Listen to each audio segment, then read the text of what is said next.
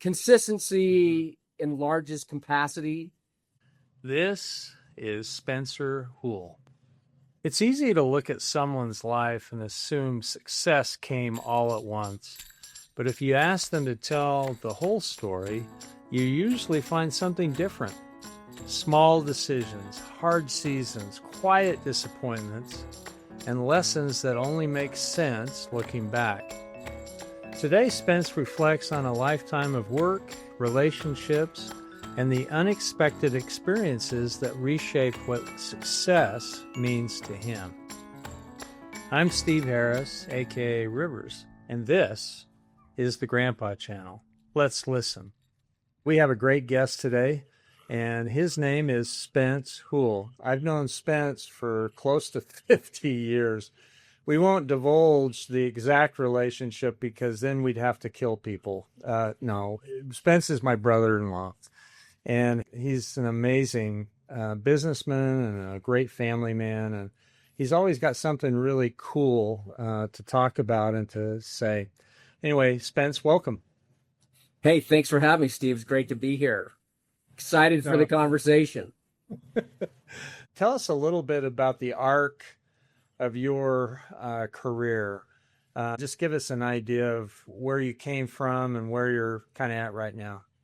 Well, went to the University of Utah, and right after I graduated, I had plans to work for a couple of years, then go back and get a business degree, and not the perfect job market at the time. I found myself in the insurance industry, which no one ever plans to get into it unless you had family members that were in.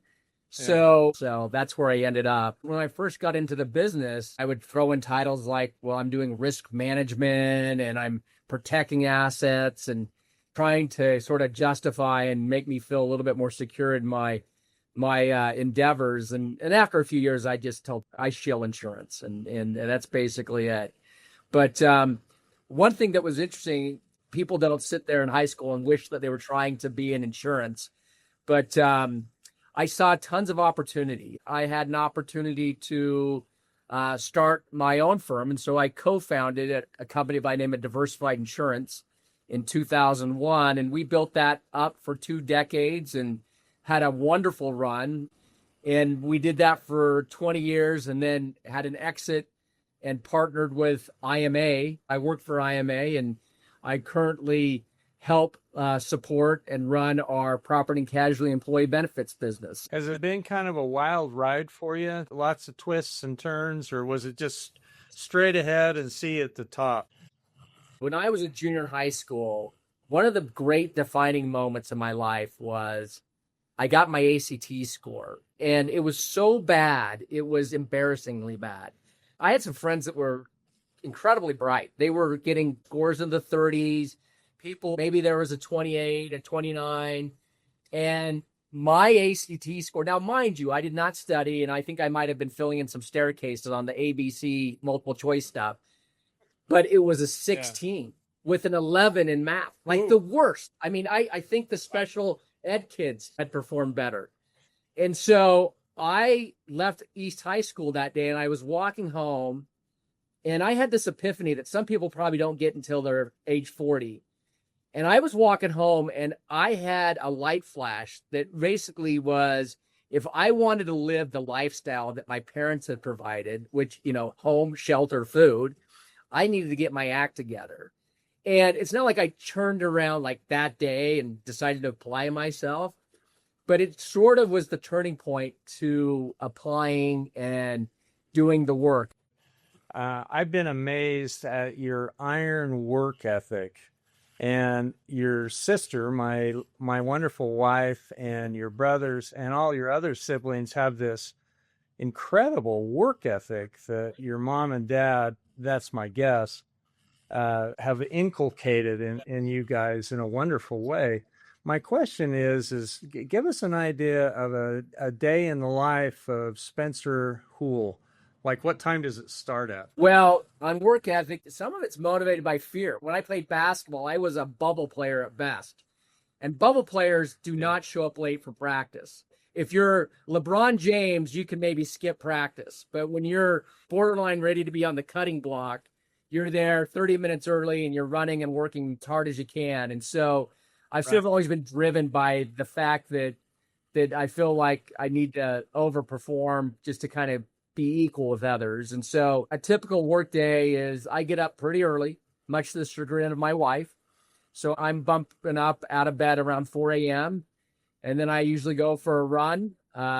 Regardless of the weather, I'll run in the winter, in the snow, and sometimes I'll go to the gym, but I try to get that in. And then I do feel like getting an early start in the office works well for me. I just kind of gets a chance to catch up on things, reflect a little bit, do some deep work before calls and meetings start happening. And so that's kind of a typical day in terms of getting started.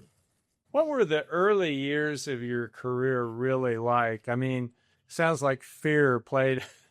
I would clearly admit that fear played a big part in wanting to be a decent wage earner and try to support the family and stuff. But there must have been some really double clutch, white knuckle moments for you.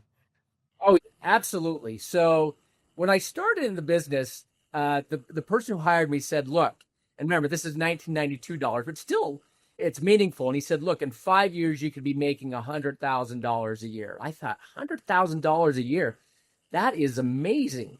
And like I said, still good money, but this is even early 90s, even better money. And I got to year 5 and I was not making that yet. But I had made one step back, 2 steps forward, and kind of this slow, steady progress. And so I could see potential and opportunity. But I will tell you, I remember, and this is probably 4 years into my career, I was struggling, trying to build a book of business and clientele and a couple successes, but then they kind of next year go away. And one time I had just found out, and this is a company called NPS Pharmaceuticals, that we did not get the business. And I thought for sure we were going to land this account. It would have been a really nice account. And this is back in the days when you were wearing white shirts and ties to work. And I had been a long day, had gotten some disappointing news. I go down to the parking lot and I had this Toyota Corolla, which was a standard transmission, so a stick shift, and the battery was dead. And this was now, it was like 8:30 at night. Everyone's gone. And I'm like, I've been a failure all day. I probably suck as a husband because I'm still at work, not helping with the kids. My car doesn't start. It's hot. It's the summertime. So what I ended up doing is I push out my car, and there was an incline in this parking garage. So I thought if I can just get to the incline, I can compression start it. Now, people under the age of 45 probably don't know what compression starting a vehicle is. But I just remember pushing the car, giving black stuff all over me on my white shirt. And that was a pretty low moment in terms of not winning the account, not cutting it at work, not doing the best as a husband or father, and your car doesn't even start. So that does stick out in my mind. That was a tough day. So was it just a good night's sleep, Spence, or how did you get out of that deep hole? I always tell people this is not a get rich quick business, but consistency enlarges capacity. And I think one of my sort of strengths that way is just being consistent, doing the work, law of the harvest kind of stuff, getting up, making the calls, writing the letters, showing up at the rubber chicken dinners, building relationships. And you just sort of build on that. And over time, good things can happen. What are some lessons about people that you've learned along the way? Some maybe hard earned and some just like, wow, I didn't know that. But what are some lessons you've learned about people? The biggest lesson it's taken years to learn it is to just assume positive intent about people. And for some reason, I just was naturally kind of, skewed negatively. And someone would say something and I can always like point something out or be defensive and I've tried over the years to kind of, hey, people are doing the best they can. We're all trying. We're all trying to get through, to use a popular or a current term, the Strait of Hormuz unscathed and without problems. And when I was in 8th grade, well, actually junior high. So this was one of the bigger defining moments. When I was in 7th grade, I showed up at Clayton Intermediate School, and for some reason, on day one, I was the most popular kid in the class. And it might have been because I had older siblings, or somehow my brand was, it was set. I was not prepared for that, and I didn't handle it very well. And candidly, I was kind of a jerk. I was immature. And one, I was literally immature in the sense that I was a year younger than everybody else. And when you're 12 years old, that matters. And I was insecure, and I did some things and treated people very poorly. And almost, well, not almost. I was a bully. I teased kids. And things that, quite candidly, if I ever run for president and they just want to revisit the 7th grade years, there'll be plenty of reasons and skeletons to hold me out of public office. But what happened then is in 8th grade, I went from having all this popularity and notoriety to actually having 0 friends in 8th grade. I was the least popular kid. So I did this 180, most popular in 1 year. And then because of the way I treated others and the way I handled this sort of newfound success, I became sort of persona non grata. And to the point where we'd walk home from school and all the boys, my house was one of the first houses. I was not invited to go hang out with the kids or play football. It was very lonely for me in 8th grade. It was sort of my scyther in the snow year. And a lot of it, I remember thinking, I didn't fully understand this whole thing, karma or whatever, but I was self-aware enough that I brought a lot of this on myself, which was pretty good in the sense that I realized I needed to change some things about just being more likable. And again, it didn't happen all at once. And it was a tough journey, but that was a big turning point where I learned a really hard lesson. And when you go a year without friends, I think over time it made me much more empathetic and sympathetic to people. It did make me a better person, but it was a tough journey to get there. And so that's why I've always, people that are super successful or popular or those type of things, you never want to get too big for your britches because things can change quickly. And so a little humility and perspective can go a long way. I've really noticed what you were talking about when I think about it, Spence, over the last, say, 20 years that we've known each other, that you are more willing to give somebody the benefit of the doubt. I went through a phase personally where I was just a smart aleck and kind of cynical.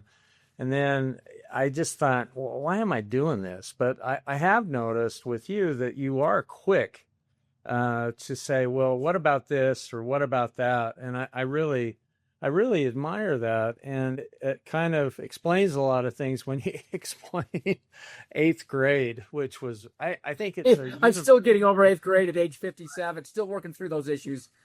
That's kind of crazy. So looking back on your life, do you see divine orchestration? That's kind of a loaded question, and I'll put my biases on the table. At the tender age of 70, I'm about 12 years or so older than you. I now see much more clearly divine coincidences and things that happen for a reason that I didn't understand at the time.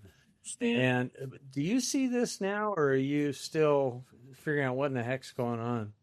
No, I do see it. I'm a man of faith, and I have been blessed tremendously. And what happens when the moment you can't always see it, but looking back, you can kind of pick out, and sometimes even looking back, it could be 5 or 10 years, think, man, that was a defining moment. I keep going back to, I believe me, I've gotten past high school and junior high, but I'll go back to one more kind of thing, and this involves Sunday school.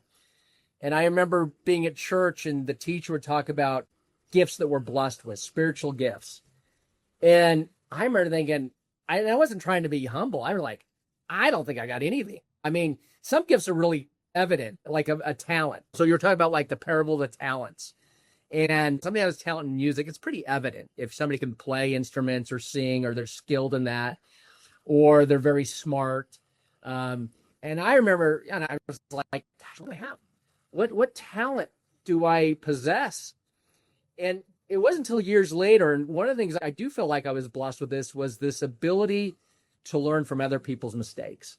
And so I've been a good observer, and I know that may not sound like an incredible talent, but it saved me a lot of heartache along the way where I can kind of connect dots and kind of see this sort of causal effect in life that, hey, you know what? The stove is hot. I know it's hot because somebody told me it was hot. I don't need to go touch it myself. And I know it's a simple analogy, but I've been blessed tremendously, and I think it's divine intervention. In fact, I know it is, of helping me to learn from other people's challenges, mistakes, or successes in terms of studying those type of things and how can I apply that to my life and how can I improve. And so one of my gifts would be that sort of self-awareness and ability to learn from others. I think that's a great idea. If you had to think back on your life, are there 2 or 3 mentors that have really, really helped you along the way in your life? Who would you pinpoint? It's almost cliche because a lot of people probably say that their parents, but my parents, they were very good. My dad was someone, and you knew my dad well, but growing up, I didn't fully appreciate him because he wasn't like a typical American dad. We didn't go golfing or fishing together. We didn't hang out and talk sports together because he was an immigrant. English was a second language. He was working really hard. And he didn't pick up on some of the cultural nuances that maybe somebody who grew up in the United States and had more privileges did. But as time went on, and by the time I was probably 18, 19, I started recognizing that my level of respect for him grew enormously each year. Like, my gosh, this guy was like a really hard worker. He was totally selfless. Everything he did was to support his wife and family. He had no ego. Not perfect, but he was a continuous learner, tried really hard, and had a phenomenal run and did everything that you're supposed to do. And so he taught me a lot through example. And he was kind of a man of few words. He didn't sit down and pontificate or give me lots of advice. In fact, when I got into the insurance industry, he had been a life insurance agent, and he gave me one bit of advice. That was it. And he said, treat it like a profession. Don't do it part way. And that's all he said. Because he had been in insurance, because he had a successful sales career, what he was basically telling me was, you know what? Apply yourself. Learn the business. Get some designations. Work hard. Don't do it part way. It's not a side hustle. And that really resonated with me that, you know what? If I can just do that, that's going to help me a ton. And then my mom, again, for a lot of the same reasons, working hard, continuous learner, living their private lives the same way they live their public lives, were all immensely impactful for me.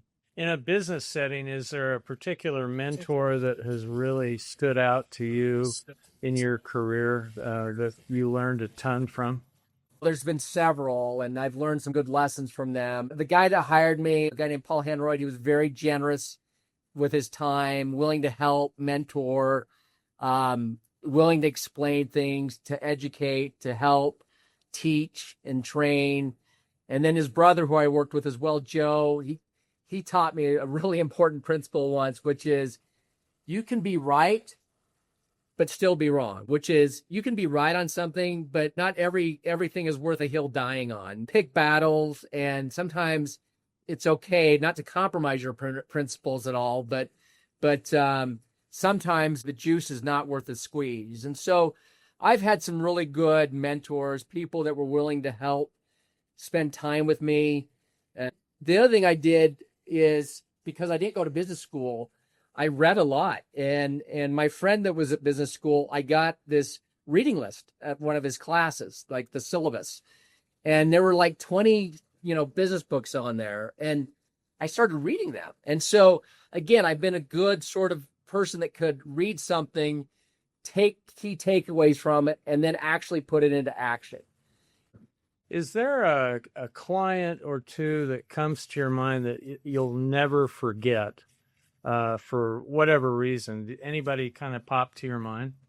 Those clients that treated their service providers with fairness, dignity, and respect got even better service than the ones that were hard on them. Now, we gave them good service, don't get me wrong, But then not only did they get better service sometimes, but they also built more successful businesses that had more sustainability. And it's how you do anything is how you do everything. And I would study, again, back to observing. I would go into companies and I would talk to the receptionist or the office administrator, whoever was sitting out front, the director of first impressions. And I would ask him or her, hey, how do you like working here? And just make small talk. And then I would never get around to, hey, have you met your the founder or the CEO? And what do you think of Greg or whoever that is? And I was always interested to see what the responses were. If it was, we don't even make eye contact, I don't go there, that was kind of interesting. Or if it was, oh, this person, she or he is the greatest person. They are so friendly. They know my name. They've helped me out. And I'm talking sometimes some pretty good sized companies. And again, it's sort of like, the people that treat the flight attendant well, the waiter, the receptionist, and treat them the way they want to be treated. So that has stood out to me. And so those type of clients have really impacted me, that sort of golden rule. And I think, you know what? When I have people that are my service providers or contractors that work for me or do different things, I want to treat them the same way and be there for them and sort of that golden rule, and dignity, respect, kindness, fairness, all those type of things. I'm really interested to see how you answer this question. If you had your 25-year-old self sitting across the desk from you right now, if we could somehow bring him back, what would you tell that 25-year-old you based on your 50-plus-year-old life? What I would tell my 25-year-old me would be to not take myself too seriously, but take what I do seriously, do my best, but have a little bit more balance sometimes and perspective. And by perspective, I think sometimes, and we do this today, this is an ongoing phenomenon that we get caught up in things happening today that we think are totally important. And we lose the long-term perspective. We get bent out of shape. Someone says something that bothers us, or we're worried about a promotion or whatever it could be. And then you look back and you're thinking, man, I totally stressed out about that. And it's a nothing burger. It doesn't matter once you have that perspective. And so I don't have any real regrets. If I had to do it all over again and I went back to 25, I would just try to have more of a long-term perspective. You want to have urgency, but you want to be smart about it. Have you had a chance to talk to your boys about that? Yeah, a little bit for sure. I wonder sometimes I'm oft repeated, rarely listened to sometimes so hearing it from 2 or 3 perspectives is good, but I do try to give good counsel. It's that fine line with adult children where you want to sometimes give advice, but you know that unsolicited advice doesn't go great. You would love them just to come to you as the old sage for advice. But so you have to pick your spots, especially with adult children, to how can you give lessons and perspectives without coming across as the get off my lawn guy. Yeah, I sometimes tend to go that direction. It's not a good look. I don't want to be that way.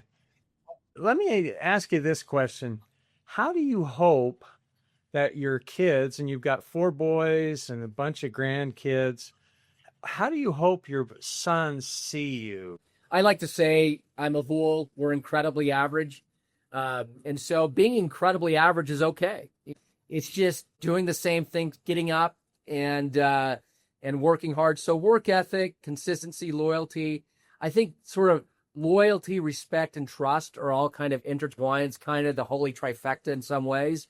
And when you lose one, you kind of lose them all. And so I would hope that when I pass someday, or my kids look at me, or the grandkids, that they would say, hey, he was loyal, he was trustworthy, and people respected him. And then if I can sprinkle in some likability and kindness and fun to be around, those are going to be bonuses. So what's a lesson that you wished maybe you had learned 10 years earlier? So I go to college, And I am not the typical college student. Most kids go to college, they have fun, they join fraternities, they build networks, they have a great time, and they do some learning along the way. I went to college thinking every exam, my life would be determined by the result of that exam. And so I probably hyper focused to a point that was not healthy. And so I studied and read and did everything I could. And I had not been a strong student before, but I became a really strong student. And so, yeah, I was kind of crushing it with grades, but I was taking it way too seriously. And so the lesson, years later, I learned that this important lesson, that is C's get degrees. And so I probably needed to relax a little bit more in college, and not every test and exam is life or death. And I treat everything like the bar exam or the medical boards or something like that. It was all about going to graduate school, which I ended up never doing.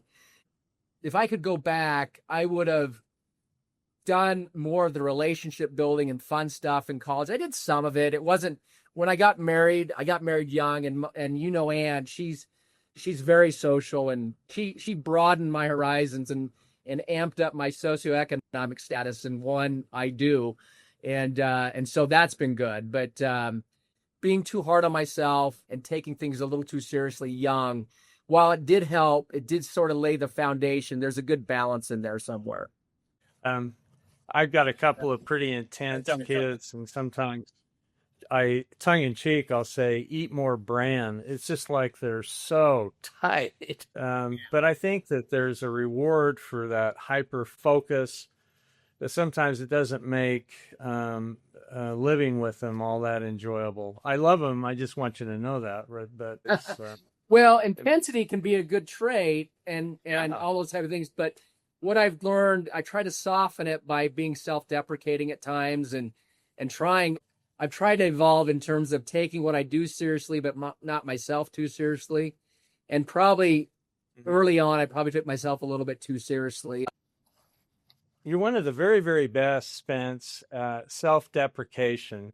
It isn't that you're so polished that it comes off the wrong way, but sometimes I think there's a line between self-deprecation and, coin a phrase, self-defecation.